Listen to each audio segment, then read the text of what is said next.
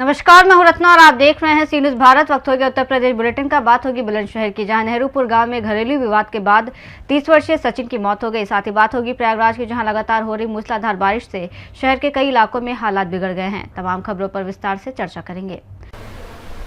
खबर बस्ती से, जहां नाथनगर के पूर्व ब्लॉक प्रमुख राकेश चतुर्वेदी मंगलवार को प्रसिद्ध बाबा भदेश्वर नाथ मंदिर पहुंचे। उन्होंने विधि विधान से भगवान शिव की पूजा अर्चना कर जलाभिषेक किया और क्षेत्र की सुख शांति समृद्धि एवं जन कल्याण की कामना की। मंदिर परिसर में आयोजित धार्मिक कार्यक्रम में भी उन्होंने सहभागिता की। इस दौरान बड़ी संख्या में श्रद्धालु मौजूद रहे और पूरे परिसर में भक्तिमय माहौल बना रहा। राकेश चतुर्वेदी ने कहा कि धार्मिक आयोजन समाज में सकारात्मक ऊर्जा, आपसी सद्भाव और सामाजिक एकता को बढ़ावा देते हैं। मंदिर पहुंचने पर स्थानीय लोगों और श्रद्धालुओं ने उनका स्वागत किया। इस अवसर पर संजीव पांडे, शिवम उपाध्याय, दिग्विजय यादव आदि मौजूद रहे। बस्ती से सी न्यूज़ संवाददाता ऋतिक कुमार की रिपोर्ट।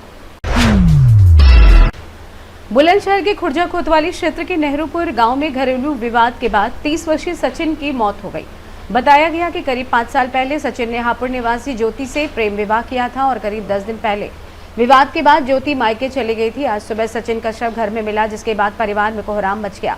सूचना पर पहुंची पुलिस ने शव पोस्टमार्टम के लिए भेज दिया है और मामले की जांच शुरू कर दी है। क्या नाम है आपका? मेरा यशपाल सिंह नाम है। कौन सा गांव है ये? गांव नेहरूपुर है।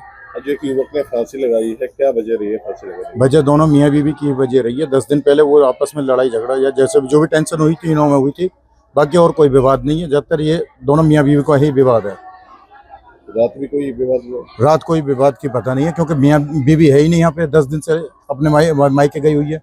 बाकी रात भी खाना लड़के ने अच्छा खाया है। सुबह को देखा तो वो भी भतीजा के साथ सौरभ नाम का वो गया था मेरे पास भागा नो चाचा ऐसे बात है, गेट नहीं खोल रहा है और ऐसे बात हो गई है। आके सुबह देखा तो गेट तोड़ा है। फिर हमने 3-4 ने देखा तो वो सुबह फांसी पे लटका हुआ मिला है और फोन भी उसका अलमारी पर रखा हुआ स्लिप पे, और वो फोन भी चालू ही होगा, जिससे कि स्विच ऑफ हो गया उसका। हो सकता है वीडियो कॉलिंग चल रही हो या रिकॉर्डिंग की हो, वो पुलिस के साथ में दे दिया, पुलिस के हाथ में, जिससे कि एविडेंस मिल सके क्या है क्या नहीं है, क्या वारदात को हुई है क्या नहीं है। इस वजह से ये बात हुई है। जो भी मामला है पारिवारिक मामला, इन दोनों मियाँ बीवी का ही। बुलंदशहर से सी न्यूज़ संवाददाता उमेश की रिपोर्ट। प्रदेश के करीब 78,000 राशन दुकानदारों के लिए राहत की खबर है। सरकार ने राशन दुकानदारों का मानदेय 90 रुपए से बढ़ाकर 125 रुपए प्रति क्विंटल कर दिया है। फतेहगढ़ कलेक्ट्रेट सभागार में आयोजित कोटेदार सम्मेलन में मुख्य विकास अधिकारी विनोद कुमार गौड़ ने इसकी जानकारी दी। अब राशन दुकानदारों को अन्नपूर्णा भवन संचालक के नाम से भी जाना जाएगा। फर्रुखाबाद में 786 राशन दुकानें हैं। अन्नपूर्णा भवन योजना के तहत 147 दुकानें तैयार हो चुकी हैं, जबकि 38 दुकानें हैंडओवर की प्रक्रिया में हैं। इन दुकानों से करीब 39 प्रकार की वस्तुओं की बिक्री की जा सकेगी। हालांकि नशीले और ज्वलनशील पदार्थों की बिक्री की अनुमति नहीं होगी। सरकार के इस फैसले को राशन दुकानदारों की आय बढ़ाने की दिशा में अहम कदम माना जा रहा है। के लिए समूह की बैठक की गई, उसमें क्या क्या सवाल? पीआरडी जवानों का उत्तर प्रदेश के मुख्यमंत्री योगी जी ने भत्ता बढ़ाया है 100 रुपये, लेकिन पीआरडी जवानों को 295 रुपये 2017 में मिलता था। 250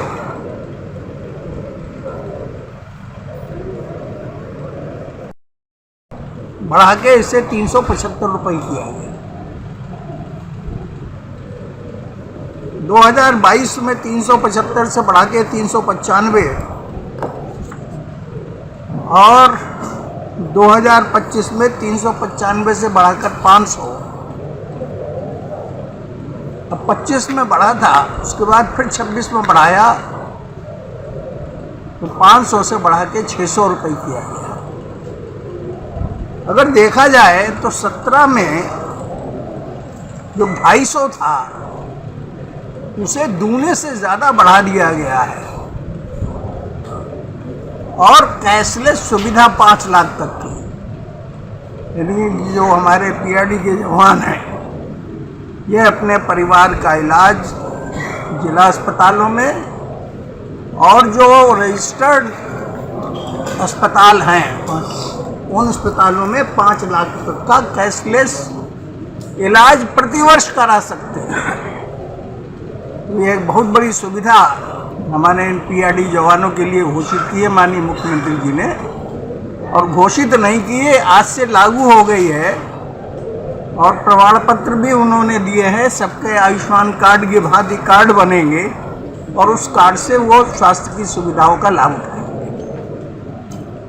यानी कि जो पहले आयुष्मान कार्ड चलते थे, वो आयुष्मान कार्ड की बजाय के लिए कोई अलग से बनाई गई है? नहीं, आयुष्मान कार्ड के तो कुछ मानक हैं जिनके बनेंगे, लेकिन कैशलेस सुविधा इन जवानों को दी गई है।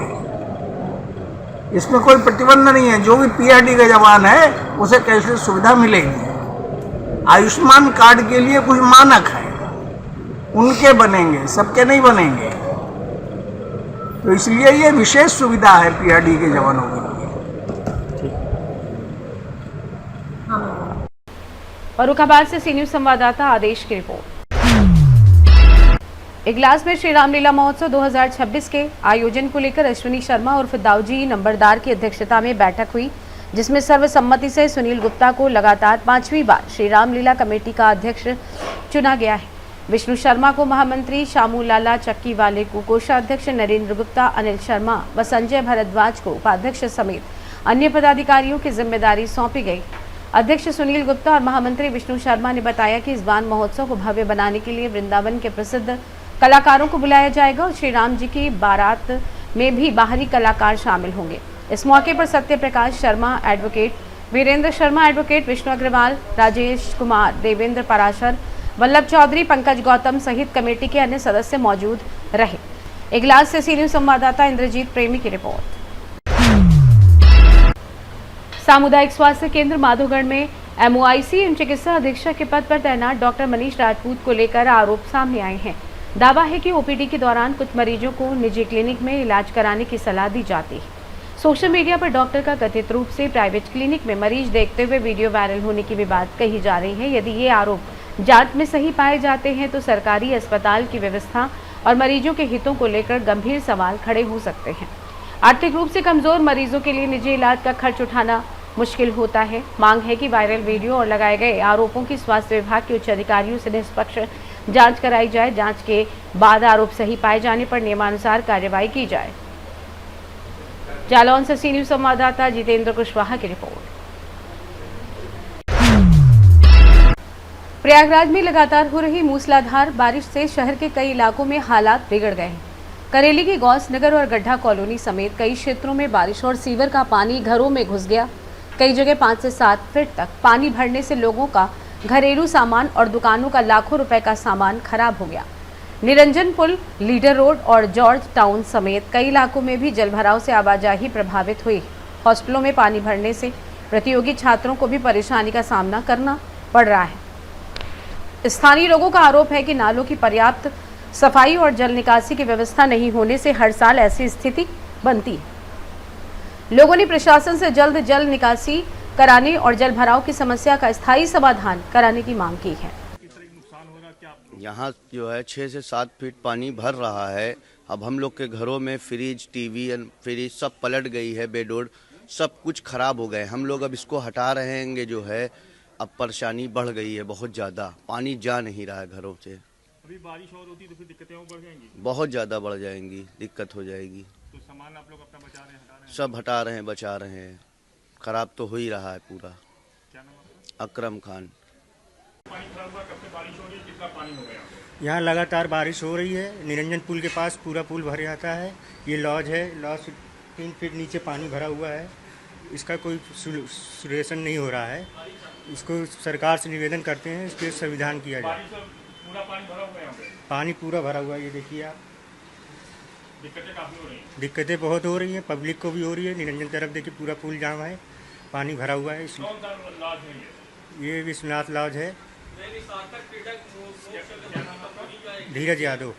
पड़ी, कितना पानी भर गया सड़क पे, हर जगह मतलब भरा हुआ पानी, क्या तो 2 दिन से अंकल जी लगातार इसी तरह बारिश हो रही, पानी यहाँ पे भरा हुआ है एकदम। हमारी दुकान है, घर है, घर के अंदर तक पानी भर जा रहा है पूरा। बहुत दिक्कतें हो रही, कस्टमर नहीं आ पा रहे हमारे। 2 दिन से समझ लीजिए मामला ठप है।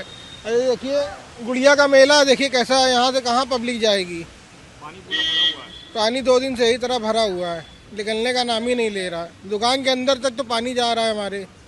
ये दिखा दीजिए हमारी दुकान है, देखिए पूरा पानी भरा हुआ। माता जी खड़ी हुई है वो हमारी। हमारा नाम सौरभ गुप्ता। प्रयागराज से सी न्यूज संवाददाता मंगला प्रसाद की रिपोर्ट। खबर सहारनपुर से। नागल थाना क्षेत्र में शराब ठेके के सेल्समैन लोकेश की हत्या का पुलिस ने खुलासा किया है। पुलिस के मुताबिक लूट के इरादे से 5 आरोपियों ने पहले लोकेश की रेकी की थी। उन्हें शक था कि उसके लाल रंग के बैग में शराब बिक्री के रुपए रहते हैं। पुलिस के अनुसार वारदात के दौरान लोकेश ने एक आरोपी को पहचान लिया और पुलिस में शिकायत करने की बात कही। पहचान उजागर होने के डर से आरोपियों ने उसकी हत्या कर दी। एसपी देहात मयंक पाठक ने बताया कि मामले में राहुल और फराज सिंह, विकास, रामधारी, विशाल और विकास को गिरफ्तार किया गया है। आरोपियों के कब्जे और निशानदेही से 2 अवैध चाकू, 2 मोबाइल, मृतक का बैग, 2 मोटरसाइकिल और 1490 रुपए बरामद किए गए। नागल थाना क्षेत्र में क्या पूरा मामला है जिसका खुलासा किया जा रहा है? 5 गिरफ्तार किए गए हैं। इस तरीके से लोगों ने घटना को अंजाम दिया था, योजना कैसे? देखिए 15 अगस्त 2026 को सुबह थाना नागल में एक व्यक्ति का शव बरामद हुआ था, जिसका नाम लोकेश था। वह एक शराब के ठेके पर सेल्समैन का काम करता था। पुलिस द्वारा तत्काल मौके पर पहुंचकर शव को पोस्टमार्टम के लिए भिजवाया गया, जिसमें उसकी मृत्यु का कारण जो है वो डूबने से आया। तो पुलिस तभी से इस मामले की तह तक जाने के लिए हमने सभी टीमें, थाना स्तर की स्वाट सर्विलांस की टीमें लगी हुई थी। तो जब हमारी टीमों द्वारा इसमें जांच पड़ताल की गई तो जानकारी हुई कि कुछ व्यक्ति इनका मोटरसाइकिल से पीछा कर रहे थे जस्ट बिफोर इनकी डेथ के। तो पुलिस को इस बारे में शक हुआ। जब उस मामले को और खंगाला गया तो ये जानकारी हुई कि 5 व्यक्ति, एक राहुल उर्फ राज सिंह, विकास पुत्र जैन सिंह, रामधारी पुत्र धर्मपाल, विशाल पुत्र राजकुमार और विकास पुत्र किरण सिंह, ये लोग कई दिनों से इस फिराक में थे क्योंकि यह व्यक्ति शराब के ठेके पर सेल्समैन का काम करता था। तो क्लोजिंग के समय काफी कैश इसके पास होता था। तो ये लोग उसके साथ डकैती की फिराक में थे। उस दिन भी यही हुआ। जब ये शराब के ठेके से शराब का ठेका बंद करके निकला तो ये 5 व्यक्ति उसके पीछे पीछे लग लिए।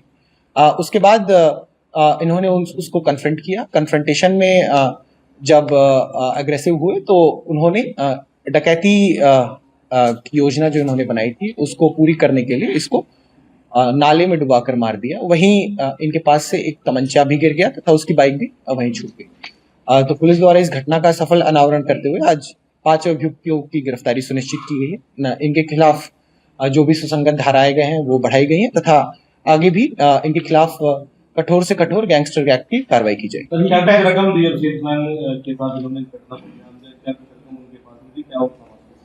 देखिए आमतौर पे जो इनके मालिक से बात हुई है तो क्लोजिंग की जो भी 1 से 1.5 लाख रुपए की रकम होती है वो इनके पास रहती थी।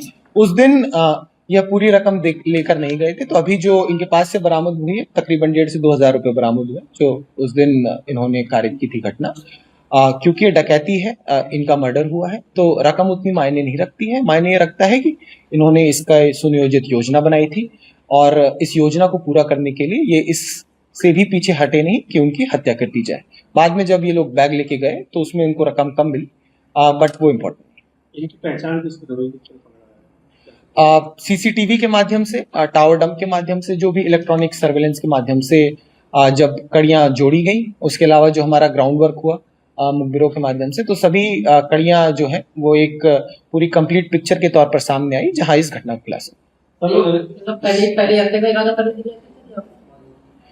देखिए इरादा जो इनका था वह डकैती करने का था, लेकिन जब इनमें से एक व्यक्ति को पहचान लिया लोकेश ने, तब इनको लगा कि उसको छोड़ना जो है वो खतरे से खाली नहीं होगा। तो उसी में इन्होंने उसकी तभी ऑन द स्पॉट हत्या का इरादा किया और उसकी हत्या करी। मास्टरमाइंड तो अभी जो इन 5 से जो पूछताछ की है तो कोई एक मास्टरमाइंड ऐसा उभर के सामने नहीं आया है। सभी की इसमें बराबर की जो है साझेदारी है, क्योंकि जो लूट की और डकैती की रकम है वो भी इन सब में बराबर बंटनी थी और सभी ने मौके पर घटना को कारित किया है। तो सभी की इसमें बराबर की जिम्मेदारी है। इनका आपस से उठना बैठना था, प्रायर में बातचीत भी थी इनसे। इनका पूर्व का आपराधिक इतिहास ऐसा कोई विशेष नहीं है जो अभी तक सामने आया है। बाकी आगे भी पुलिस इस बारे में तफ्तीश कर रही है और कोई जानकारी होगी तो मीडिया से अपडेट कराया जाए। सहारनपुर से सी न्यूज संवाददाता सलमान अली की रिपोर्ट। बुलेटिन में फिलहाल इतना ही। देश और दुनिया की तमाम बड़ी खबरों के लिए देखते रहिए सी न्यूज भारत।